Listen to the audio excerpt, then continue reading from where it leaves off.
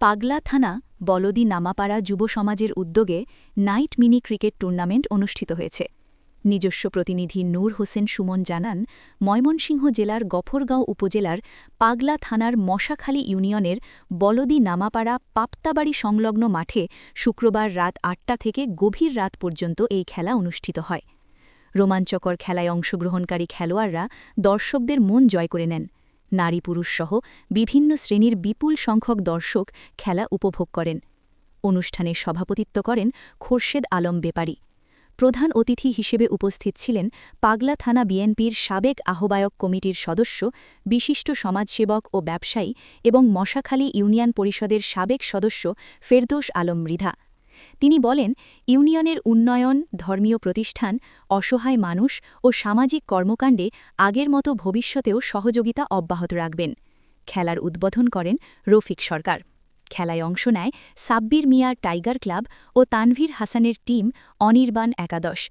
এ সময় বিএনপি ও অঙ্গ সংগঠনের বিভিন্ন স্তরের নেতৃবৃন্দসহ এলাকার গণ্যমান্য ব্যক্তিরা উপস্থিত ছিলেন। সকল খেলোয়াড়দের সাথে কুশলাদি বিনিময় করছেন, পরিচয় পর্বটা সেরে নিচ্ছেন।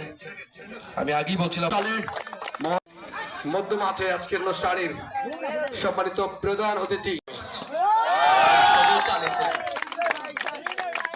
অসংখ্য অসংখ্য ধন্যবাদ। আজকের অনুষ্ঠান এইরকম একটা সিচুয়েশনে, এই অকেশনে এবার কিন্তু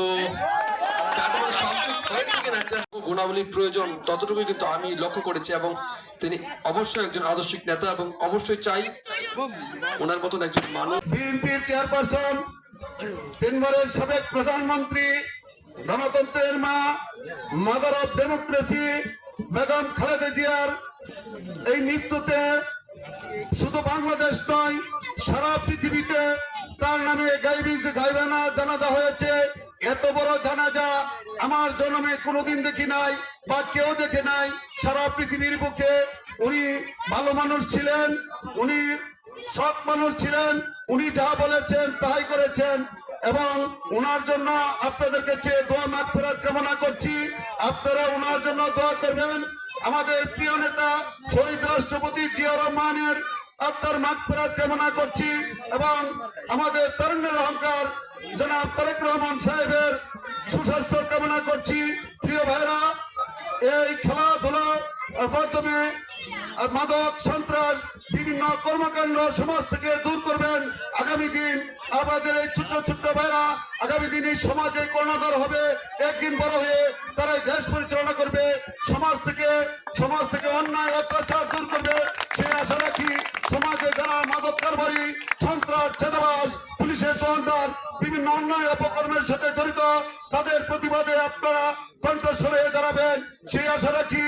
প্রিয় ভাইরা, আমার প্রিয় নেতা জনাব ময়মনসিংহ দক্ষিণ জেলা বিএনপির সংগ্রামী আহ্বায়ক জনাব জাকির হোসেন বাবলু সাহেব এবং ময়মনসিংহ দক্ষিণ জেলা বিএনপির সংগ্রামী সদস্য সচিব রুকুনুজ্জামান সরকার, রুকন ভাইয়ের নির্দেশনা, এবং আমার প্রিয় নেতা গফরগাঁও উপজেলা বিএনপির সাবেক আহ্বায়ক জনাব আলহাজ এবি সিদ্দিকুর রহমান সাহেবের নির্দেশনায় আমরা বিভিন্ন কর্মকাণ্ড, ভালো কর্মকাণ্ড সমাজে করে যাব, এবং এই খেলাধুলা নির্দেশ আছে আমরা আপনাদের পাশে থাকবো।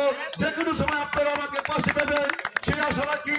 সর্বোপরি আমি আমার প্রিয় নেত্রী যিনি পরলোকগমন করেছেন তার আত্মার মাগফিরাত কামনা করে, এবং